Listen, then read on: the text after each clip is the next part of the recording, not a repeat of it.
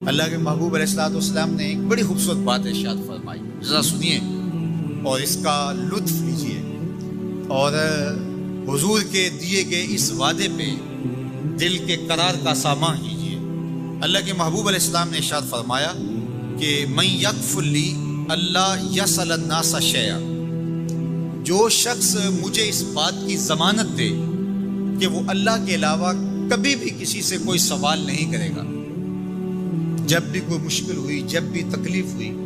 تو وہ سوال مالک کی دہلیز پہ کرے گا، وہ مصلی بچھائے گا اور رب سے کہے گا میرا مسئلہ یہ ہے۔ جو شخص مجھے یہ ضمانت دے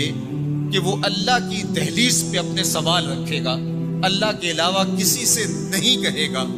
اللہ کے محبوب فرماتے ہیں اتکفل لہ بالجنہ، میں اس کو جنت کی ضمانت دیتا ہوں۔ اور یہ روایت حضرت ثوبان رضی اللہ تعالی عنہ سے مروی ہے۔ حضرت ثوبان نے جب حضور سے یہ فرمان سنا تو انہوں نے کہا حضور میں ضمانت دیتا ہوں، میں زندگی بھر اللہ کے علاوہ کسی سے سوال نہیں کروں گا۔ اور صحابہ نے پھر اس پہ عمل کر کے دکھایا۔ صحابی کا کوڑا گرتا ہے اور وہ بھی گھوڑے سے نیچے اتر کے خود اٹھاتا ہے،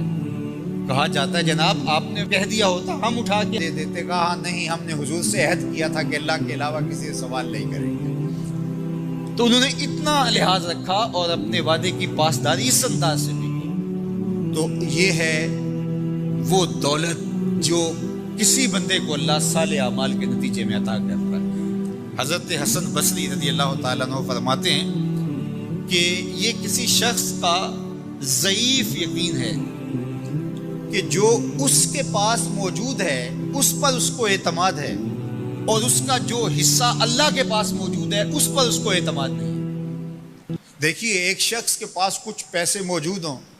اس کی جیب میں ہے، اس کے لاکر میں ہے، گھر میں ہے، اور ایک وہ اس کا مال ہے جو بینک میں پڑا ہوا ہے۔ تو جس طرح وہ اپنے ہاتھ میں موجود پیسوں پر مطمئن ہوتا ہے، بینک میں پڑے ہوئے پیسوں پر بھی ایسے ہی مطمئن ہوتا ہے، کہتا ہے وہ بھی میرا ہی ہے۔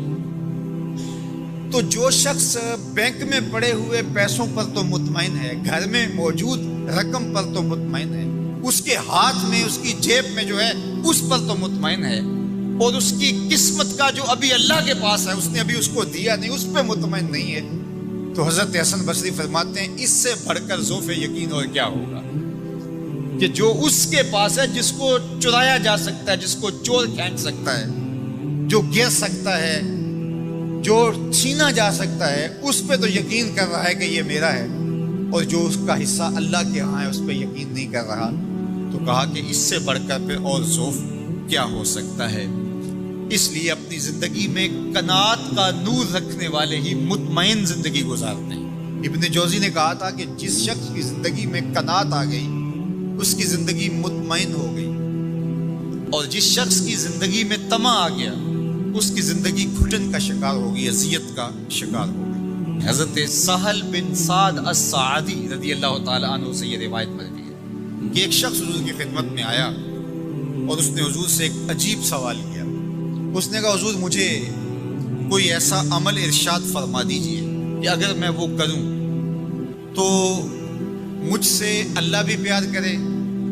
اور اللہ کی مخلوق بھی مجھ سے پیار کرے۔ ایک عمل ایسا بتا دیجئے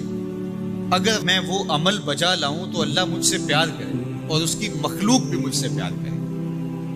اللہ کے محبوب نے اس کو جو جواب دیا اس کا مفہوم سن لیجیے۔ آقا کریم نے فرمایا جو دنیا میں موجود ہے، میسر ہے، اس سے بے رغبت ہو جا، تیری ضرورتیں تو پوری ہوں گی، اس میں تو کوئی شک نہیں، لیکن تیری رغبت ادھر نہ رہے، زہد فی الدنیا اختیار کر لے تو تجھ سے اللہ پیار کرے گا کہ یہ بندہ دنیا میں رہ کے بھی دنیا کا نہیں میرا ہے، اور جو لوگوں کے پاس ہے ان سے بے نیاز ہو جا تو لوگ تجھ سے پیار کریں گے، اور اگر تو لوگوں کی جیبوں پہ نظر رکھے گا اور لوگوں کی دولت میں، ان کے مال میں تجھے رغبت ہوگی تو فرمایا کہ پھر لوگ تجھ سے دور ہٹ جائیں گے۔ تو اللہ قناعت کا نور عطا فرماتا ہے اس شخص کو جو اچھے اور